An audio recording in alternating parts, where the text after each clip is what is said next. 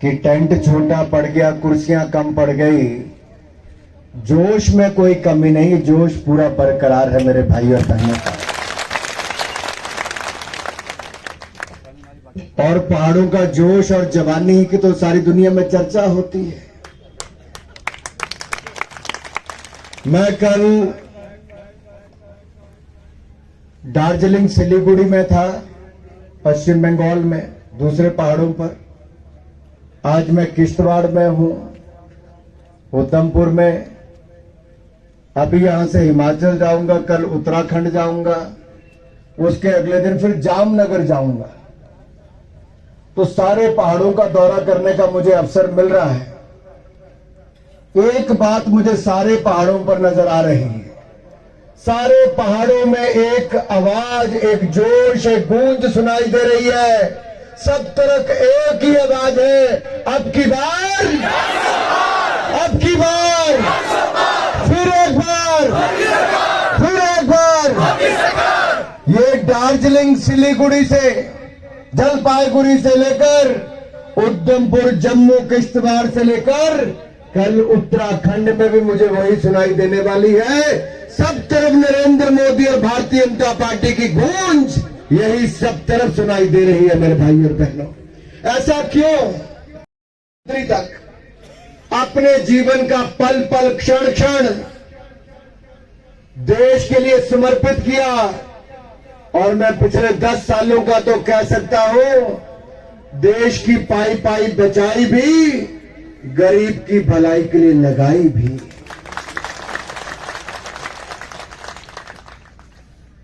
अगर आप भारतीय जनता पार्टी के 10 साल देखेंगे तो सेवा, सुशासन और गरीब कल्याण, ये पहचान है। 4 करोड़ पक्के मकान बनाकर दे दिए, 12 करोड़ शौचालय, 10 करोड़ बहनों को रसोई गैस का सिलेंडर और चूल्हा मुफ्त में दे दिया, 13 करोड़ घरों को नल से जल की सुविधा, हर घर हर गांव को बिजली की सुविधा दे दी, 60 करोड़ लोगों को मुफ्त में इलाज, तो 80 करोड़ को मुफ्त में अनाज देने का काम भी किया है। और खुशी की बात तो यह है कि अगले 5 साल तक देने की भी मोदी ने गारंटी दे दी है मेरे भाई और बहनों। मेरे साथियों, कोविड का समय आया, जो शहरों में काम करने गए थे वो भी गांव अपने घर भाग के आ गए, घरों से निकलते नहीं थे, बचने का कोई तरीका नजर नहीं आता था, पड़ोसी के घर भी नहीं जाते थे, मुंह भी चुन्नी से, मास्क से या शॉल से ढककर चलते थे। उस मुसीबत में, महामारी में भी हिंदुस्तान में 220 करोड़ वैक्सीन, 220 करोड़ वैक्सीन बिल्कुल मुफ्त में जनता को लगाई और जान बचाई तो नरेंद्र मोदी ने बचाई। मेरे किश्तवाड़ की खूबसूरती को देखो तो बर्फ की चादर चलती नजर आती है, ये चौगान का आनंद ही कुछ और नजर आता है। मेरे एक और देवदार के पेड़ देखूं तो मुझे लगता है कि इससे खूबसूरत जगह और है ही कहां है। और जब इन वादियों के बीच में चौगान में बैठे आप जैसे खूबसूरत अपने भाइयों बहनों को देखता हूं तो मन ही मन में सोचता हूं, क्यों पंडित नेहरू और कांग्रेस ने आपके साथ इतना अन्याय किया? क्यों इंदिरा गांधी जी से लेकर राजीव गांधी, सोनिया गांधी, राहुल गांधी ने आपके साथ ऐसा किया? क्यों शेख अब्दुल्ला, फारूक अब्दुल्ला और मोहम्मद अब्दुल्ला, मुफ्ती मोहम्मद जी और महबूबा मुफ्ती जी ने, इनके परिवारों ने आपके परिवारों के साथ ये खिलवाड़ क्यों किया? अपनी राजनीतिक रोटियां सेकने के लिए आपके परिवारों के सदस्यों की जानें जाती गई, आपका योगदान भी था और आपका बलिदान भी इस क्षेत्र के लिए हुआ है। ये देश कभी भूलेगा नहीं मेरे भाई और बहनों। चाहे सतीश जी की बात करें, चंद्रकांत जी की बात करें, परिहार जी की बात करें, इनका योगदान और बलिदान सदा सदा के लिए है, अमर है। ऐसे सैकड़ों लोगों ने अपना जीवन बलिदान कर दिया है। सामने बैठे मेरे पूर्व सैनिक भाइयों, मैं आपसे इतना ही कहता हूं, जितना योगदान आपका है उतना ही मेरी किश्तवाड़ की जनता का भी है, जो यहां टिकी रही, लड़ती रही और कहती रही आपने जितना आतंकवाद फैलाना फैला लो, ये जमीन हमारी है, यहां का हक हमारा है, यहां पर हम बसे रहेंगे, जाएंगे नहीं। आप थे तो सरकार खड़ी रही, आप थे तो आतंकवादियों को भागना पड़ा। इसी तरह से आपने नरेंद्र मोदी जी को देश का प्रधानमंत्री बनाया। याद करो क्या था 2014 से पहले, लड़खड़ाती चरमराती अर्थव्यवस्था थी, देश में घोटाले पे घोटाले था, भ्रष्टाचार था, पैसों की भूख ने देश को खोखला कर दिया कांग्रेस की लूट ने। लेकिन गरीब मां का बेटा नरेंद्र मोदी आया, जनता के सामने था, देश बेचने वाली कांग्रेस को चुनोगे या ईमानदार चाय बेचने वाले मोदी को चुनोगे? देश की जनता ने ईमानदार को चुन लिया। पिछले 10 सालों में मेरे भाई और बहनों, कोई 10 रुपए के भ्रष्टाचार का आरोप भी नरेंद्र मोदी और उनकी सरकार पर नहीं लगा पाया। हमने जो अर्थव्यवस्था लड़खड़ा रही थी उसको सुधारा, संभाला, आगे बढ़ाया। जिन अंग्रेजों ने हमारे ऊपर 200 साल राज किया था, हमने उन अंग्रेजों को पछाड़ दिया। आज दुनिया की 5वीं बड़ी अर्थव्यवस्था भारत को बना दिया है। क्या यहीं रुकना है कि आगे बढ़ना है? 5वें नंबर पर रहना कि आगे जाना है? अगर आगे जाना है तो फिर एक बार कमल का फूल खिलाना है मेरे भाई और बहनों।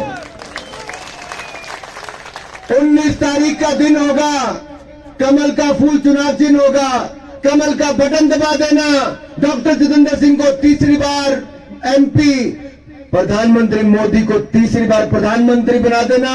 हम वादा करते अगले 3 सालों में हम देश को दुनिया की तीसरी बड़ी अर्थव्यवस्था बना देंगे मेरे भाई और बहनों, तीसरी बड़ी अर्थव्यवस्था। इससे क्या फर्क पड़ेगा? इससे यह फर्क पड़ेगा कि जैसे हमारे रक्षा का बजट बढ़ा, डिफेंस का 3,70,000 करोड़ से बढ़कर 6,80,000 करोड़ हो गया।